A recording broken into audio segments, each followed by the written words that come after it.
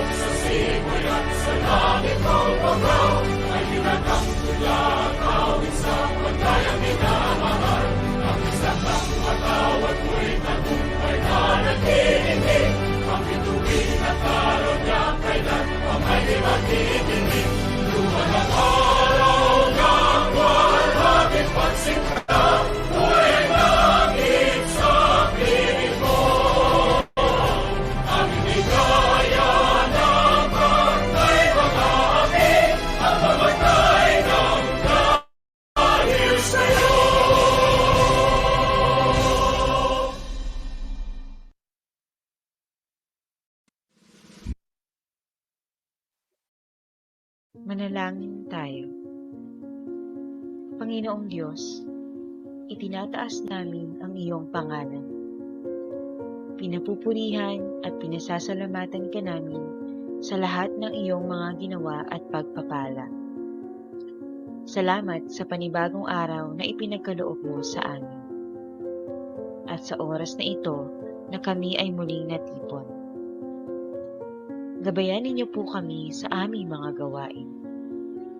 Bigyan mo po kami ng talino at lakas upang magampanan po namin ang aming mga tungkulin. Buksan mo po ang aming isip at puso sa mga bagong kaalaman na aming matututunan. At nawa ay maging kagamit-gamit ang mga ito sa aming buhay at sa pagtulong sa aming kapwa.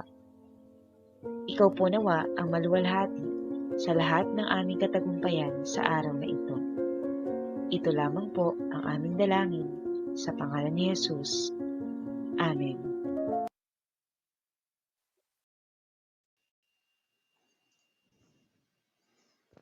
Okay, a pleasant afternoon, a pleasant Saturday afternoon, dear doctors. Welcome to our webinar entitled Recognizing Patterns of ILD in Our Daily Practice. Before anything else, I would like to introduce myself. I'm Dr. Jov Nazario. I am the medical advisor for ILD and oncology for Boehringer Ingelheim, Philippines. On behalf of the team, I would like to extend our gratitude, of course, to the Philippine College of Radiology and to the Philippine Thoracic and Cardiovascular Radiology Society for having us this afternoon and for allowing us to be in your platform for learning PCR Connect. Now, to start things off, here is a message from the president of the Philippine College of Radiology, Dr. Imarzen Elepanyo.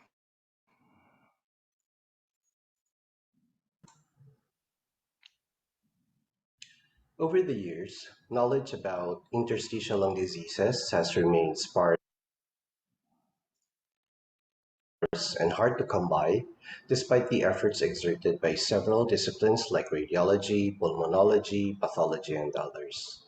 This is according to the members of the Council on Occupational and Interstitial Lung Diseases of the Philippine College of Chest Physicians, or PCP. ILD is an umbrella term that encompasses a large number of disorders that are characterized by diffuse cellular infiltrates in a periacinar location.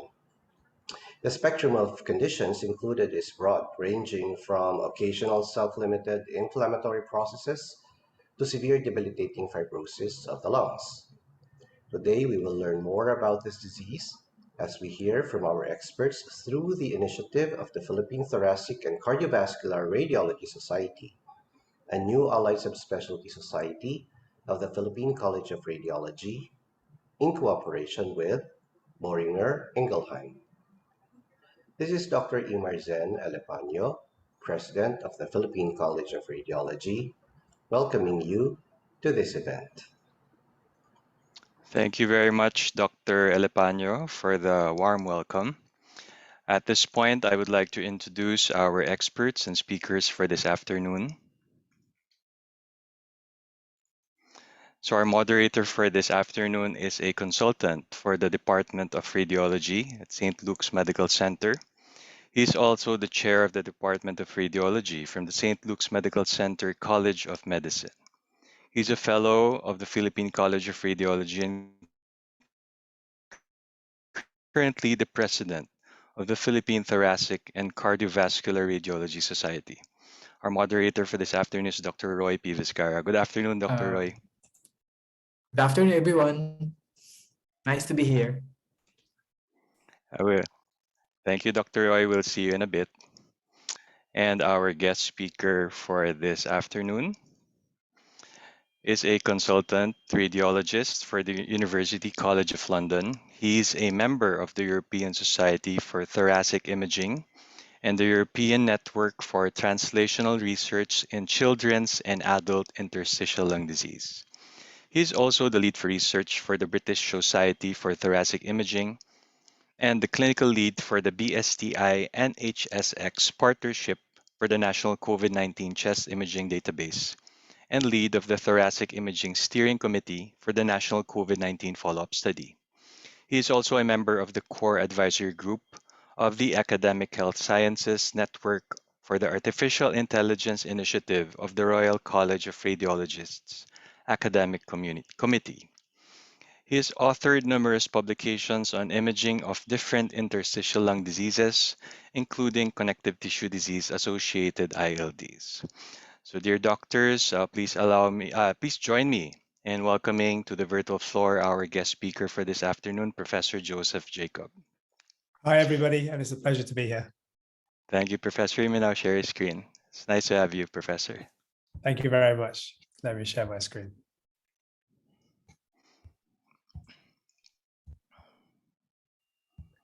So thank you very much to Boehringer and the Philippines College of Radiology for inviting me to talk. It's a real pleasure and honor to be here. My talk today is going to be about recognizing patterns of interstitial lung disease in daily practice. You've heard already how this can be quite challenging, so I hope I clarify things a bit today in the next half hour. These are my disclosures. So the main objectives of my talk are to review the key features of HRCT scans that can be used to diagnose fibrosing lung diseases.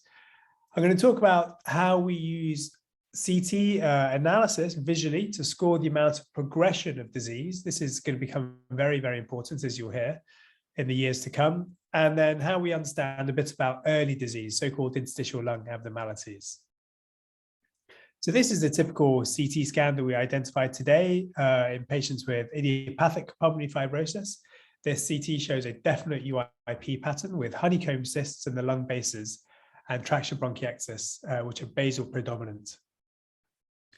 Now, when you're trying to identify fibrosis, there are three cardinal signs I think we should be looking for. One is honeycombing, which is the end stage kind of pattern of lung disease. The other one is traction bronchiectasis, which is dilated airways pulled apart by fibrosis in the interstitium. And the third one is volume loss. And I'll talk a bit about that in a second. So traction bronchiectasis are these caterpillar-like airways, which occur because the interstitium attached to the airway gets pulled apart. And you can see these typically in the lower zones in a patient with idiopathic pulmonary fibrosis, and they can occur even if the patient doesn't have any honeycombing on the CT. Volume loss is an interesting sign. It sometimes can be the only sign that there's fibrosis on the scan. And what we see is that the fissure, the oblique fissure, which you can see here, I'll just bring up my laser pointer. The oblique fissure that you can see here on this axial image should be at the anterior aspect of the chest at the level of the hemidiaphragm. But when the lower lobes get shrunk with fibrosis, that oblique fissure gets pulled back, whereas it should be sitting all the way out here. And on the sagittal image, you can see what I mean. That oblique fissure at the level of the hemidiaphragm should be the anterior aspect of the chest, but it gets pulled all the way back when there's fibrosis. So honeycombing, traction bronchiectasis, volume loss, these are excellent signs to try and identify fibrosis on a CT scan. Accessory CT signs that are important. These can include reticulation. Now, this can be the only sign of damage on the CT scan, and if that occurs in the lower zones, that's now considered a pattern indeterminate for UIP on the CT, or usual interstitial pneumonia. Ground glass opacities can also be seen on the CT, and these are relatively controversial. We used to think that ground glass density on a CT meant inflammation, but what we recognize now is that actually ground glass density can represent fine fibrosis beyond the resolution of the CT.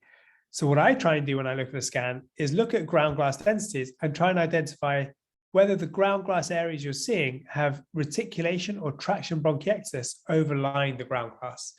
And we call that a kind of ground glass with texture to it. Whereas if there's ground glass density and the background lung looks completely normal, that is more likely to be inflammation and an acute event. So I try and separate out ground glass with texture with overlying traction bronchiectasis or reticulation, and ground glass with a background lung is normal. One word of warning is that when we give patients contrast, and this can happen quite frequently because, for example, a patient who becomes increasingly short of breath with known interstitial lung disease, then the reflex may be to do a CTPA to see if they've got a pulmonary embolus. When you give contrast, that can also increase the density of the lung. And because the vasculature is variable, because of the fibrotic process, certain areas may light up more with contrast than others because they have greater vascularity containing the contrast material. So these are two CT scans done about 5 minutes apart in a patient with interstitial lung disease. And you can see that actually on the non-contrast scan, which was done first, there are areas that were completely normal, which are now with contrast lighting up and looking like they have ground glass densities. And so now there's a recommendation that if you're going to do a CTPA in a patient with lung fibrosis, you should first do a non-contrast scan, and that can be interspaced or volumetric, so that you can tell what areas that are ground glass density after the CTPA were actually artifact from the contrast versus real pathology. Other atypical signs, well, cysts, of course, are more common in LIP or hypersensitivity pneumonitis. Mosaic attenuation, another relatively controversial finding because we assumed that mosaic attenuation always represented hypersensitivity pneumonitis. So the low attenuation component of a mosaic attenuation pattern is air trapping. We thought that was related to small airways disease and hypersensitivity pneumonitis. What we realize now is that actually in patients with IPF, you can get areas of air trapping. And this is because the airways themselves can become abnormal in IPF. So how do you differentiate the two? What I try and do is in patients with hypersensitivity pneumonitis, look for air trapping within background normal lung. In patients with IPF, the air trapping is normally within abnormal lung. This can be difficult if your hypersensitivity pneumonitis patient has very extensive disease so that you can't find much normal lung. So then I go back all the way to the first CT they had, where they presumably had the most normal lung they could have, and then try and look for areas of air trapping within normal lung. And that makes my likelihood of hypersensitivity pneumonitis being the diagnosis much higher. Nodules are also visible on CT scans and could represent either hypersensitivity pneumonitis or sarcoidosis. And of course, you can see consolidation. These are organizing pneumonia patterns in diagnoses such as connective tissue disease related interstitial lung disease. So updates to the diagnostic guidelines, these happened in 2018.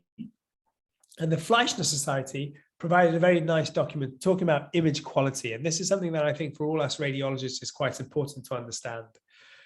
In the earlier guidelines from 2011, for us, when you're examining a patient with IPF, you could do a non-contrast supine inspiratory CT that could be volumetric or interspaced. But today we require volumetric images over collimation less than 1 millimeter, because we want to identify nodules, for example, that could be in early cancer. We want to be able to see the whole scan, and CT technology today allows us to do this. We should be doing expiratory scans in all these patients, whereas before an expiratory scan was optional. The reason for doing an expiratory scan is that you're more likely to accentuate air trapping and improve your diagnosis of hypersensitivity pneumonitis. Again, if you're only seeing those reticular changes in the dependent lung, a prone CT may help to confirm that this is actually not real, that this is just atelectasis versus real reticular change. Dose reduction techniques can be used, but ultra low dose techniques of a dose less than 1 millisieverts are not recommended, because those can increase ground glass appearances in the lungs and make you think there's real pathology there. And then again, as I said before, if you're doing a CTPA, think about doing a non-contrast CT scan, volumetric or interspace, before the CTPA. Now, when I think of imaging patterns, I always think of them as a hierarchy. So reticulation alone was the least concerning sign, traction bronchiectasis was more concerning, and honeycomb cysts were the most concerning. And these corresponded to the different types of UIP pattern we could see. So a possible UIP pattern or a definite UIP pattern. But what's really changed in the 2018 guidelines is that we've recognized that traction bronchiectasis is actually a poor prognostic sign. And now we've elevated the importance of traction bronchiectasis so that if you have traction bronchiectasis alone, we'd call that a probable UIP pattern rather than a possible UIP pattern where it was before. And as I said before, reticulation alone is an indeterminate UIP pattern. So what is a UIP pattern in 2018? Guidelines. Well, you need to see honeycombing in a dependent position. It's lower zone predominance. You don't have to see traction bronchiectasis, and you shouldn't see any of the other signs suggestive of another diagnosis. And this is something we recognize quite well, I think, now. How about other signs that we also see in association with a definite UIP pattern? Well, we can see ossified nodules within the lung. These are subtle areas of calcification, less than 3 millimeters in size, that have been shown to occur within UIP areas on the lung and are more common in patients with IPF than other fibrosing lung disease diagnoses. So seeing ossified nodules within areas of fibrosis may increase your certainty that you're talking about a UIP pattern and that this might be IPF in the right clinical context. PPFE, now this is an interesting sign. These are these areas of increased density that we see actually in the upper lobes of the lungs and not in the lower lobes. When we see PPFE in the upper lobes, it's often in association with a UIP pattern of fibrosis in the lower lobes. Now, interesting other features we see in patients with PPFE is that we can see a suprasternal depression in their lungs and a narrow anteroposterior diameter of their thoracic cage. This is so-called platithorax. And this is so characteristic that, to be honest, when I look at a CT scan, even before I see the lungs themselves, I know that the patient's going to have PPFE just by the shape of the chest. For those of you with very good eyes, you'll see that actually you can also see pneumothoraces more frequently in patients with PPFE, and you can see an increased frequency of infection. We did some work in PPFE in patients with IPF. We analyzed 2 different cohorts of patients, 140 patients in each group. We scored the upper lobes of the CTs for PPFE in a very simple way, none, mild, moderate, severe. And then we trained the computer algorithm to identify this. And on the left are the images of the CT. And on the right is what the computer is identifying in red as being PPFE. And we show that the computer and the human correlate quite well in what they identify as PPFE. But interestingly, in patients with a lot of PPFE who have IPF, your survival is much worse than if you only have IPF alone with no PPFE. And actually, the computer was able to identify many more patients, 87 patients versus 31, with this bad PPFE pattern. And what's interesting is that PPFE only shows weak links with established measures of fibrosis. So ILD extent or DLCO, suggesting that this pleuroparenchymal fibroelastosis pattern may be a separate process happening in the lungs in these patients, occurring independent of their underlying fibrosis. Don't forget that when we talk about UIP, we almost always think about IPF, but actually UIP patterns occur in other fibrosing lung diseases. This is work done from the group in Michigan, which compared patients with hypersensitivity pneumonitis with IPF and showed that if you have honeycombing in hypersensitivity pneumonitis, your survival is very similar to patients who have IPF. We've also done work in patients with rheumatoid arthritis-related interstitial lung disease, again showing that if you have honeycombing in your lungs, no matter what the distribution of the honeycombing, upper, middle, or lower lobe, your survival is very similar to patients with rheumatoid arthritis-related interstitial lung disease. And IPF. So rheumatoid with honeycombing and IPF have a very similar prognosis. What does a probable UIP pattern look in 2018?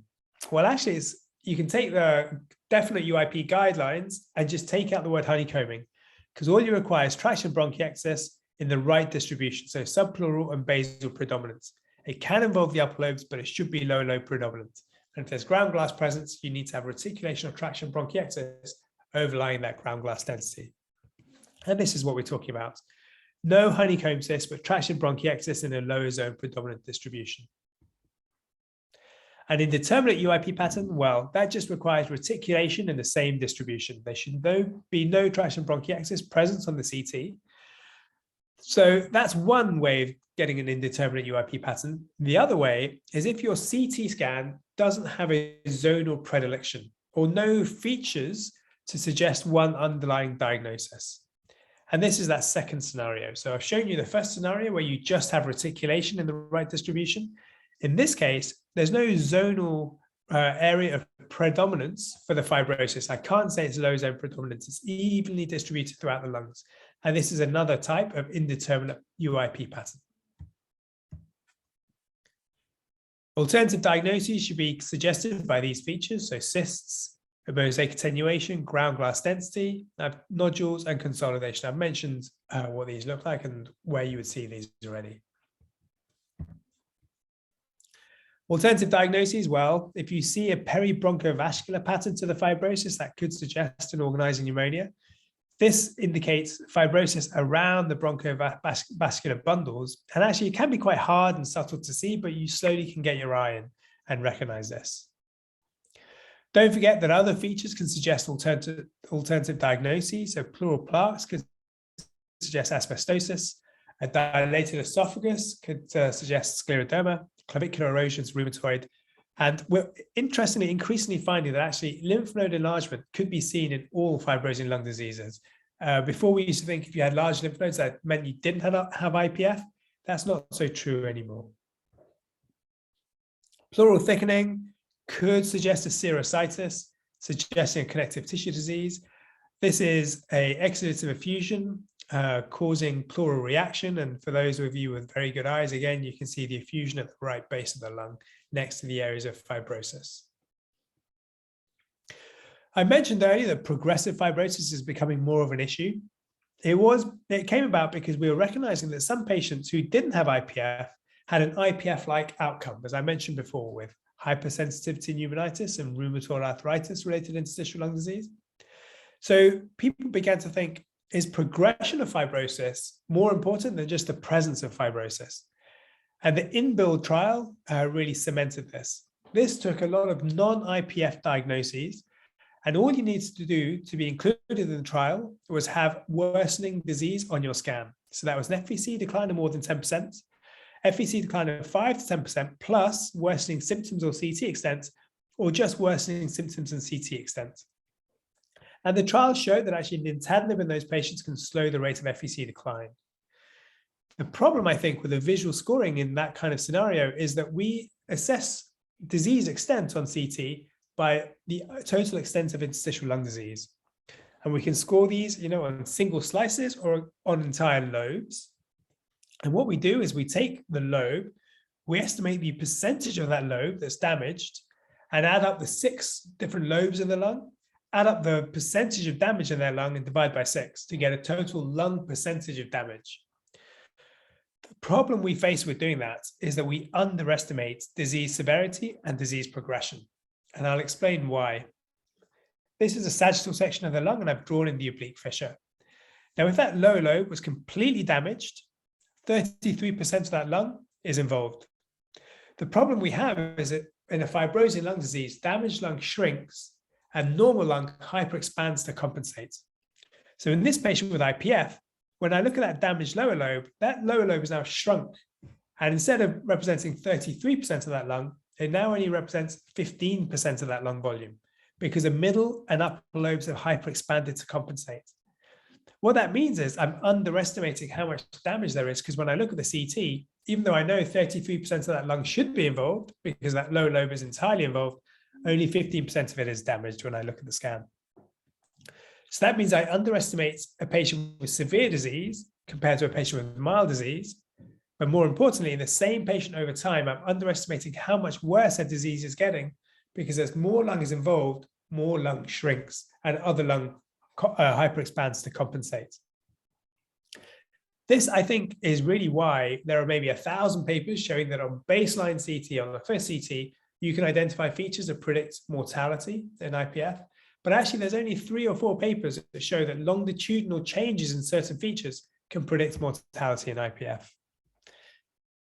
What we have done is try to look at visual CT features in a study looking at 211 IPF patients. And we just put CT scans side by side like you would do clinically and assess several different patterns. So ILD extent, honeycombing extent, and traction bronchiectasis. And all we wanted to say was, is the CT much better, slightly better, unchanged, slightly worse, or much worse? And we randomized the time points of the CT scans. And what we found was actually the strongest predictor of mortality in these patients was looking at traction bronchiectasis. If traction bronchiectasis was worsening, that was your best predictor of mortality. The last bit I want to end on is the early identification of interstitial lung abnormalities.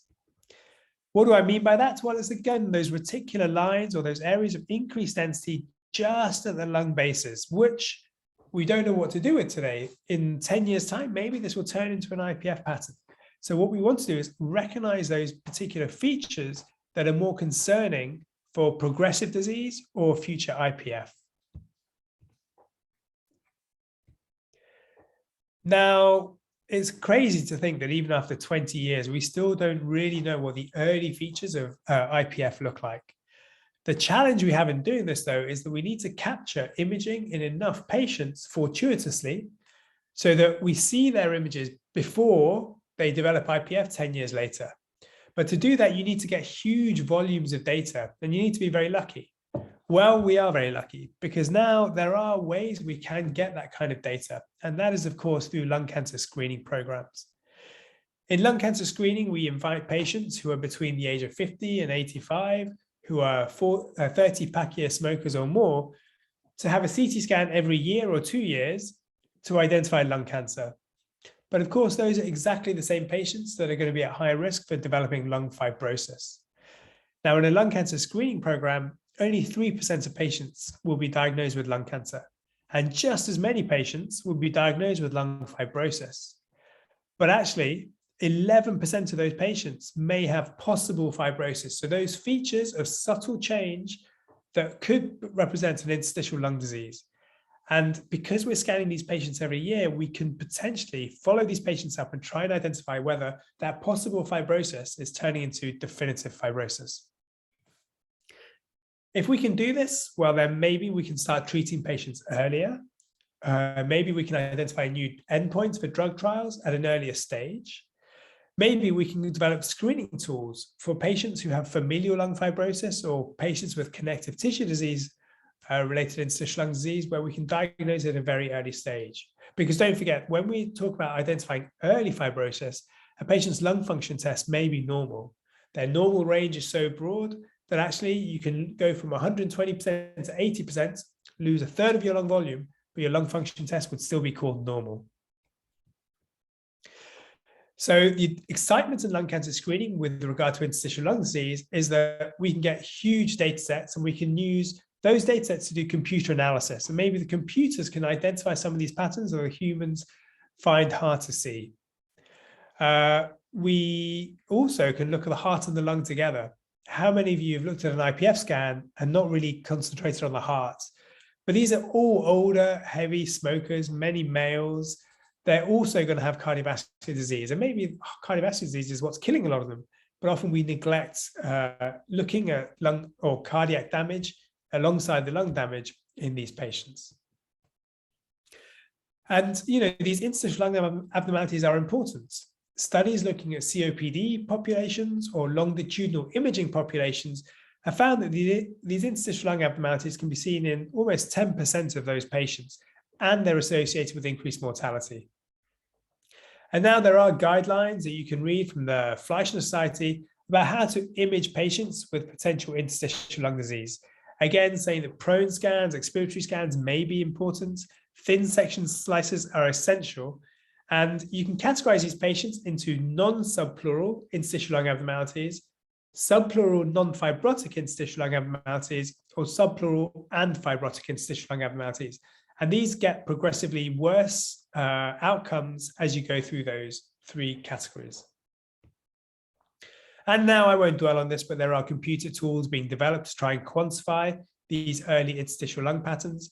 And they're going to need to be developed because, of course, we're getting thousands of patients undergoing lung cancer screening. We need to be able to quantify damage on these huge numbers of CTs. We've also been found that an increase in interstitial lung abnormalities over time can actually result in morbidity. So that can reduce your lung function, your forced vital capacity by 2.5%, and is associated with increased mortality. Interestingly, when the computers looked at this, these results were maintained even when ILAs were not visually seen by the humans reading the scans, and even when the patients were asymptomatic. The danger, though, is that we may overdiagnose interstitial lung abnormalities in lung cancer screening populations and over-investigate them. So this is what we have to try and understand now. So to conclude, I hope I've gone through the different patterns that are important when you're assessing CT scan with a patient with interstitial lung disease. I've tried to emphasize pleuroparenchymal fibroelastosis because I think this is going to become an increasingly important pattern in the years to come. Don't forget how important traction bronchiectasis is as a poor prognostic sign, both at the first CT and how it changes over time. And yes, I think interstitial lung abnormalities, we still don't really know how to handle these very well, but we're going to see more and more of them as the years go on with lung cancer screening populations, and they may allow us to understand a bit more about how IPF develops. That's the end of my talk. Thank you very much. Thank you very much, Professor Jacob, for that very comprehensive lecture on the different patterns of our ILDs. Can I invite now Dr. Roy Vizcarra to join us for our open forum? Yes, Dr. Roy. Good afternoon from the Philippines, Dr. Jacob. Hi, Dr. Roy. Hi.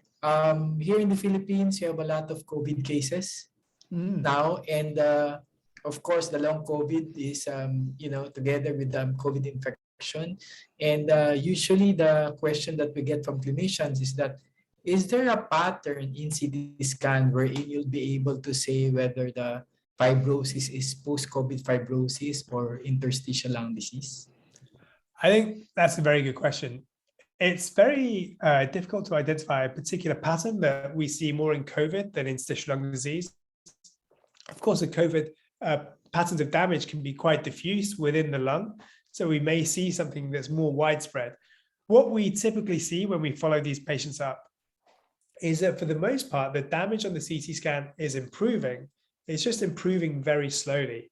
So whereas you had consolidation and reticulation with maybe some traction bronchiectasis, this is kind of fading away, but remaining as a kind of ground glass subtle pattern that you can just about visualize on the same areas of damage from the first CT. Those kind of resolve, and in some patients they resolve very slowly. There aren't many patients that I've seen where you're seeing obvious fibrosis developing anew.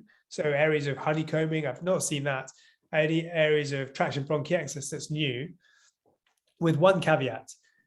In patients where the first CT suggests they may have had underlying fibrosis that may have been undiagnosed, in those patients, it seems like the lung gets much worse, much quicker. So in patients with an existing lung disease, fibrosing lung disease, the lung seems to age 2 years over the course of 6 months of COVID, post-COVID infection. So that's the one time where I think the fibrosis is quite marked. Otherwise, things are slowly improving. The areas that were initially damaged, you just see becoming kind of less and less dense ground glass densities. Yeah, I think that's how we do it also. The next question is,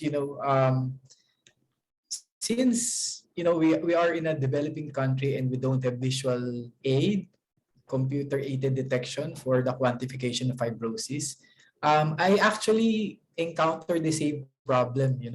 I just had one patient a while ago wherein initially I'm saying that the amount of fibrosis is 10 to 15%, but on follow-up study, it looks smaller because the fissures, is now down or more posterior. So how do we go about this one without computer-aided detection?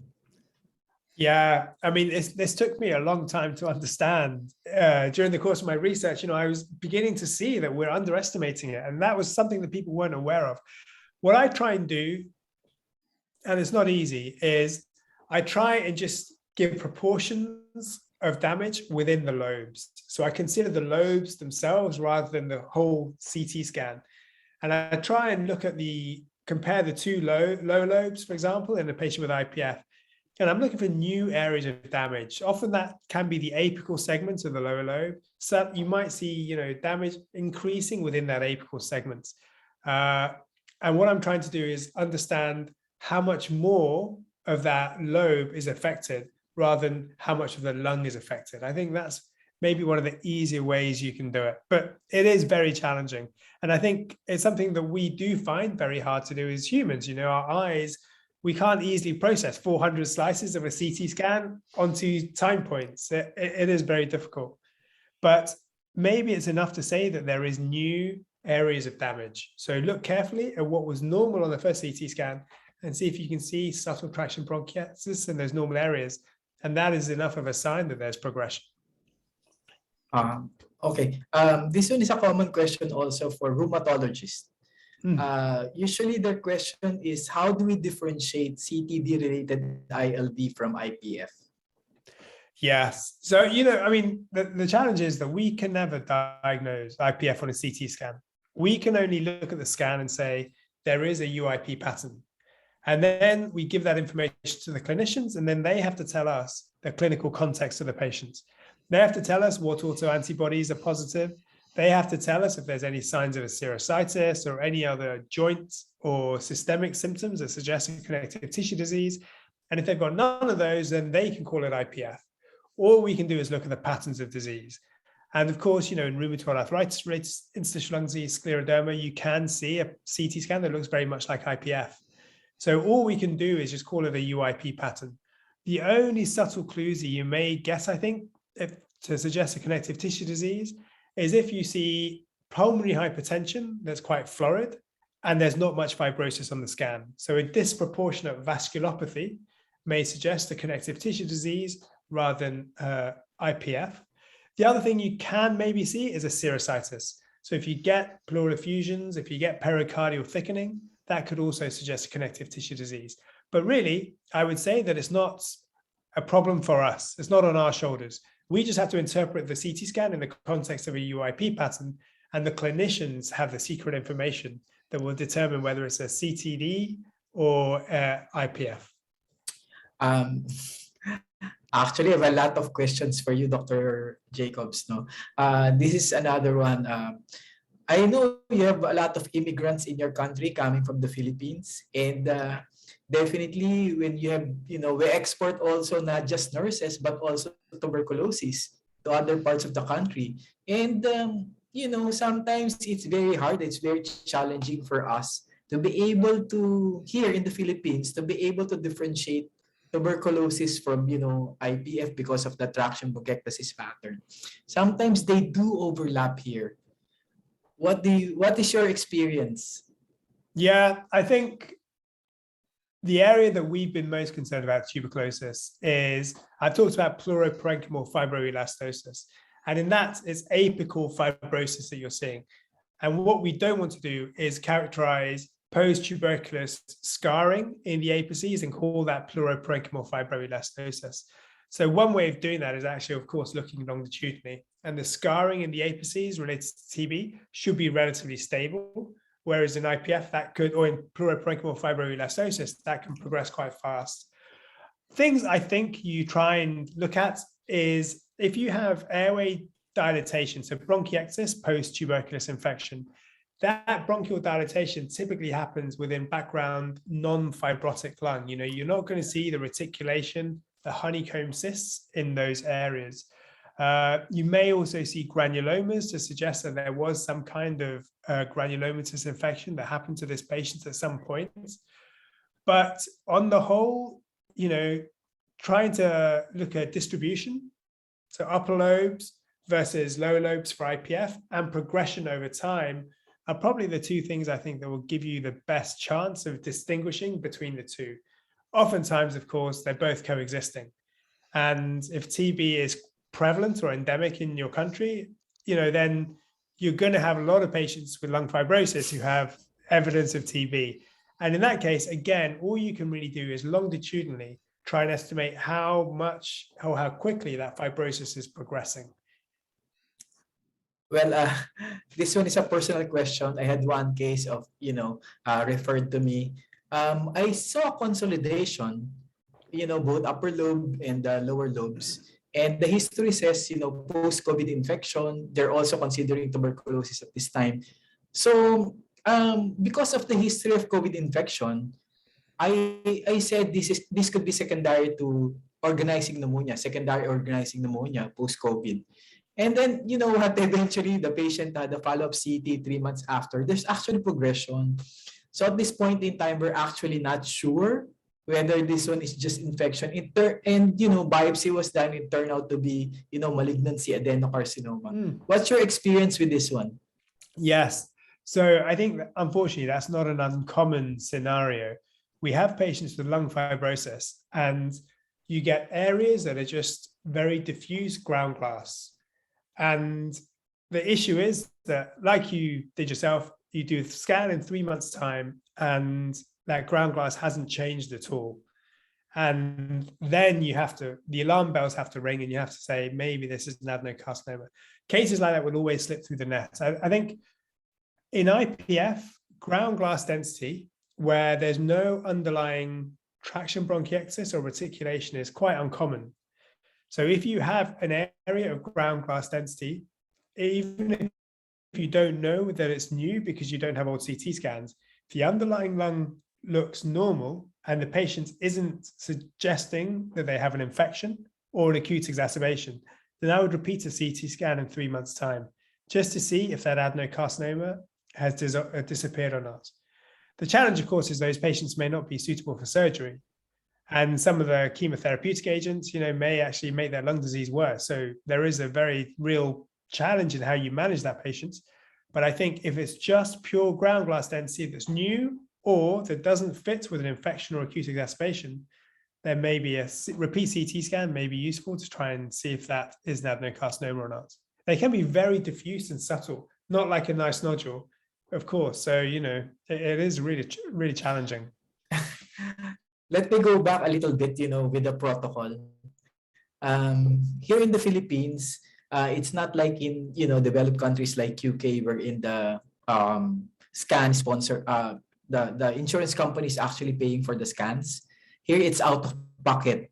Out of pocket. So most of the time, instead of requesting for, the whole gamut of ILD protocol like prone and supine, because of the factor of money issue, they will just request for HRCT, and they expect you to give a very good ILD diagnosis for this one. So what's your advice when it comes to this one? And can I ask, is the CT that you then report interspaced or volumetric? Volumetric. It's not. We don't skip. Yeah.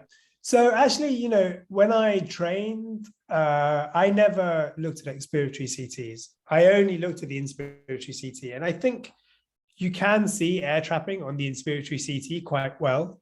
It's much easier to see it on the expiratory CT, but it doesn't mean you have to have the expiratory CT to be able to see it. So I think you can get everything you need on the inspiratory scan. The challenge may be in areas where, there's just some subtle reticulation at the lung bases and you would like a prone scan, but the patient's now gone, you can't do that. I think in those situations anyway, the disease is so limited that if they are able to do another scan in a couple of years, that might be enough. On the whole, I think the patterns we see we can give a very good estimation on a single volumetric scan. But as I was saying before, what's becoming more important is this concept of progression. So if you think the disease is severe, a second CT in a couple of years' time would be ideal if there is the option for those patients to get medication to slow the rate of disease. But that is also another challenge. If the patient maybe can't afford medication, then you may argue, what is the management change that's going to be instituted by doing the second CT? I have a question about ILA, or interstitial lung abnormality. Here in the Philippines, majority of radiologists are general radiologists. There's no subspecialty like, thoracic, cardiovascular, or abdominal neurorad.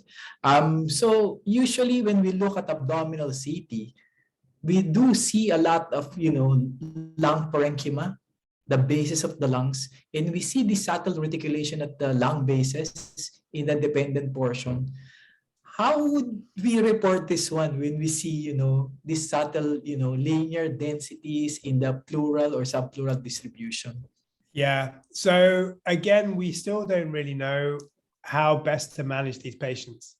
Some people would say that you should, if it's just subtle densities with no traction bronchiectasis, people would say you should then look at the lung function of the patients and see if the patient's symptomatic. And if they're symptomatic or their lung function is abnormal, you should then repeat the CT maybe in a year's time. But the danger is that we're potentially going to overdiagnose a lot of subtle things that may have just been dependent atelectasis. And of course, as you were saying, we don't want to make the patient pay for a prone scan or bring them back for another CT. So it is very hard to know how to manage those. But I think on the whole, you have to then give it back to the clinician and ask the clinician if the patient is symptomatic or has abnormal lung function. Just report the scan as potential areas of interstitial change, the significance of which is unclear, and then give it back to the clinician. Okay, I think I have a few more questions, but I want to give others the chance to, ask questions. Dr. Gio, do you have any questions from the floor? As of now, no questions. For all our attendees, you could actually type on the chat box if you have any questions for Professor Jacob. In the meantime, while waiting for our other questions, Dr. Roy, maybe you could field one more, if that's okay by you, Professor. We do have a few minutes more. No problem. Thank no you. problem at all. Thank you very much. Professor Jacobs, when we say UIP pattern, a definite UIP pattern, we should be able to see that honeycombing, right? Yeah. But sometimes it's kind of very difficult when you have bronchiectasis that's too peripheral. Sometimes, neophyte radiologists would actually call bronchiectasis as honeycombing. How do you, accurately differentiate bronchiectasis from honeycombing? What's the technique? Yeah, it is very hard sometimes. Even with volumetric imaging, looking at the coronal and sagittal planes, sometimes those airways are so tortuous that you can't follow them all the way through. What I try and do is I look for a round cyst or part of a tube that's just disproportionately large to the airways in the vicinity. Oh. And that to me makes me think maybe that area is an area of honeycombing. I think in reality, when you have extensive traction bronchiectasis on the CT and you can't see honeycombing, microscopically, there is actually a UIP pattern on histopathology. So, even if you saw just marked traction bronchiectasis and you thought, maybe there's one of those that could be a cyst, if you called it a definite UIP pattern, you wouldn't be wrong in histopathology. So I think that's the way to hedge your bets. The challenge we do also have is when you'll have emphysema on the scan. Yes. And I don't know if you have a high proportion of smokers generally in the Yes, we do. Philippines. Yeah, I thought you might. And so, you know, when you see a lot of emphysema in the apices, then you get a bit cautious about what the cysts in the lower lobes really represent, because we know that when you have fibrosis, that can pull apart areas of emphysema and make them look like honeycomb cysts. So I always look at the lung apices, and if there's no emphysema, I'm much more confident calling lesions honeycomb cysts at the lung bases. If there's lots of emphysema in the apices, then I'm a bit more careful, and I need to be very convinced that something is a walled round cyst before I call it honeycombing. Thank you so much. My pleasure. No questions yet from the floor, Dr. Roy. Maybe we could field one last question from your end. Yeah, sure. Yep. Actually, I have more. I have a lot, you know. We can go on. We can, you know, spend hours here asking questions because, you know, we have a very good radiologist here. And before I forget, you know, I saw your biography. You trained under Dr. Hansel. Yes. Actually, the author of Imaging of Diseases of the Chest. My favorite chest radiology book. You know, I read it from cover to cover. You know, I'm a big fan. Well, actually, it's interesting you say that, Dr. Roy, because I was going to mention him a bit earlier, because that example you gave of the patient with ground glass density, that's an adenocarcinoma, that was something he taught me. He said, you know, when you see this large area of ground glass, always think, could this be an adenocarcinoma? Because it will be an adenocarcinoma once every year or 2 years, but we just get so focused on the ILD and assume the area of increased density is part of that, that we can miss these. And, you know, I think we will all miss those kinds of cases just because it's something we're not really expecting to see, but they'll appear every so often. I told you I have a lot of questions for you. I actually read one case this morning. The patient has, you know, ILD. I presume this one is dermatomyositis, polymyositis. And then 3 months after, the patient developed actually new mediastinum. Free air, you know, extending in the anterior mediastinum and then extending to the neck area and then on the supraclavicular region. So I was thinking, you know, in your practice, how often do you see pneumomediastinum in patients with ILD? It's actually not uncommon. I think we see a pneumomediastinum probably more than we see a pneumothorax. And I wonder if it's something to do with the mechanics of breathing, that the lung is very stiff.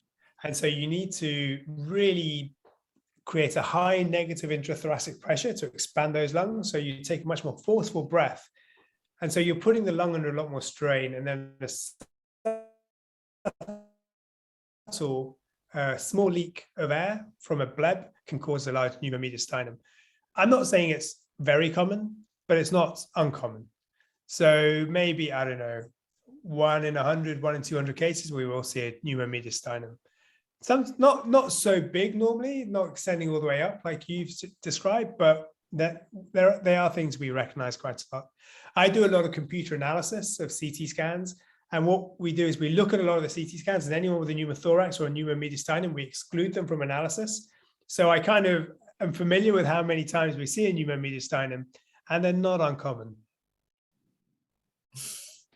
You know what? It only reflects where you're coming from. You're coming from the best, you know, university hospital in the world. So you're actually seeing a lot of these cases. For us, you know, it's common to you, but for us, it's rare. Yeah. And that's, you know, the danger we have. For me, you know, when I think of lung disease, I think of interstitial lung disease. But to most people, interstitial lung disease is a very rare thing that they almost never see. So I also have this very biased view of this speciality in terms of general radiology. And as you're saying, in the Philippines, you're pure radiologists. You look at every single organ. So interstitial lung disease is an even smaller part of your kind of working lives than it would be for us. For me, I'm very lucky. In my job, all I do is interstitial lung disease. I don't even look at lung cancer.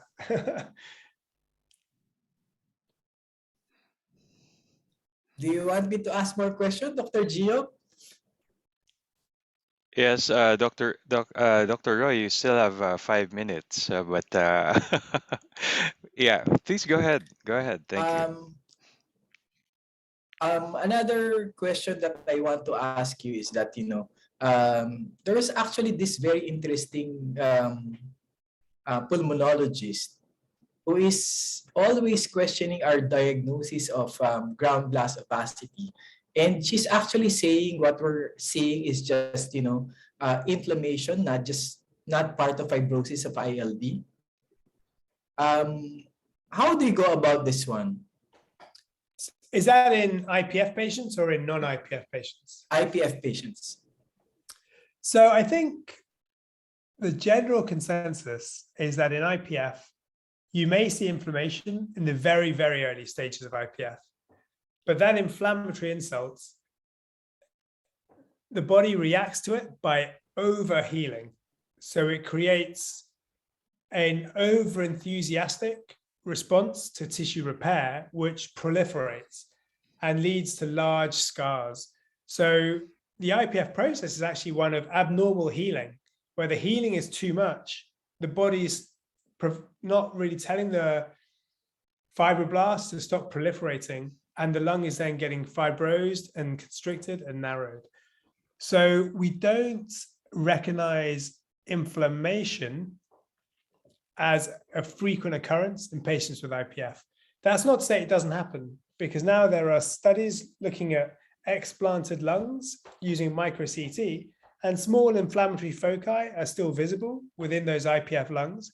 But on the whole, the fibrotic process seems to be an autonomous process occurring separate to inflammation. And so from that point of view, when we see ground glass density on the CT, if there's overlying reticulation or traction bronchiectasis, we try to call that fine fibrosis rather than inflammation. The danger is you don't want to overtreat patients with immunosuppression when they have IPF. There was the Panther study, which showed that actually giving immune suppression to patients with IPF leads to a worse outcome than if you don't give any immune suppression. Because IPF patients, they may have some immune dysregulation. They're more likely to get infections. And when they get an infection, that can lead to an acute exacerbation or a level of decline from which they can never really recover. So you want to try and minimize the amount of unnecessary anti-inflammatory therapy you give them. So I think that's how I would approach it. Connective tissue disease, of course, is another field. You can see a lot of inflammation in those cases, and ground glass in those patterns, or even hypersensitivity pneumonitis, you should take quite seriously. But in IPF, we think there isn't so much inflammation when you get to the florid fibrotic stage. Thank you. All right. Are you okay, Dr. Roy? Of course, I have many questions. With a very good speaker, we can go all day. Yeah. Yep. So do you still have one more before we close the meeting? Yeah, why not? Are you okay, Professor Jacob? You still good? I'm absolutely fine. This is an absolute pleasure. I think it's so interesting talking about these challenges because we all face these same challenges. And I think what Dr. Roy is so beautifully asking is questions that I'm sure most people in the audience want to ask because these are the challenges we have when we try and interpret CT scans that we don't come across very frequently. Yeah, thank you. Dr. Roy, please go ahead. Yeah, the other question is, usually when we see calcification in the Philippines, in the lung parenchyma, it's granuloma. It's tuberculous granuloma. But a while ago, you opened our mind, you're saying that this is actually a part of IPF. So I'll be very specific on that. For that, all those small calcific densities had to be smaller than 3 millimeters. So we think that excluded most of the TB-related granulomas you may see. Because actually, I live in London. We see TB quite frequently here in London amongst immigrant communities, but also now within the local community. So we do try and exclude TB presence on the scan. And so I think TB granulomas are 3 millimeters or more, typically. Yes. So these subtle densities within fibrotic lung, they have to be smaller than 3 millimeters. And when you see them, they're often quite profuse. There's lots of them. And next time you look at a scan, you'll start to, it's one of those things when I don't know if you found in life, if you hear a new word, suddenly in your life, you keep hearing that word appear. Well, likewise with radiology, when you hear a new sign or learn a new sign, suddenly you keep noticing that new sign. And I think when you look at lung fibrosis scans, you may see a couple of cases where you have these subtle areas of increased density. And just be aware that they may suggest a UIP pattern. Thank you. That's My very pleasure. helpful. You know what? In retrospect, I saw one case like, a month ago, and I saw these calcifications. Yeah. And it's tiny. Reminded Yes. me. From now on, I'll be able to recognize them and say this is most likely, a part of IPF, not, granulomatous infection. If it's smaller than 3 mm. Then my talk was a success. Thank you. All right. Thank you very much, Professor Jacob, and of course, Dr. Roy, for all the series of questions, a series of excellent questions that you've asked. So it is 5 o'clock, and just to manage our time and of course our time of our expert, if okay with everyone, we could end this meeting already. So on behalf, of course, of Beringer Ingelheim, I would like to thank our expert this afternoon, Professor Jacob, for spending your time with us, your Saturday morning with us, and I hope we could invite you for another lecture some other time. I would love to. I would love to. And when if the situation permits, you could actually fly over here and we could do this lecture face to face, and so much better. The world is now going back to how it was. So I think I would love to be able to meet people again and talk about lung disease face to face. That would be lovely. Thank you very much, Professor. And again, a big thank you, of course, to the Philippine College of Radiology and the Philippine Thoracic and Cardiovascular Radiology Society for having us this afternoon, for partnering with us, and to at least start our awareness on interstitial lung diseases. This is just a start. It's going to be hopefully a series of lectures that we could do, so we could involve more of our radiologists in our initiative of on ILD. So again, thank you to all our attendees, of course, to Dr. Roy for our question and answer today, for the open forum, for the series of questions that you've had. And happy Saturday, happy weekend, everyone. Thank you for your time. Thank you, everyone. Thank you. Bye, Thank you. Dr. Jacob. Bye, Dr. Roy. Lovely meeting you. Take care.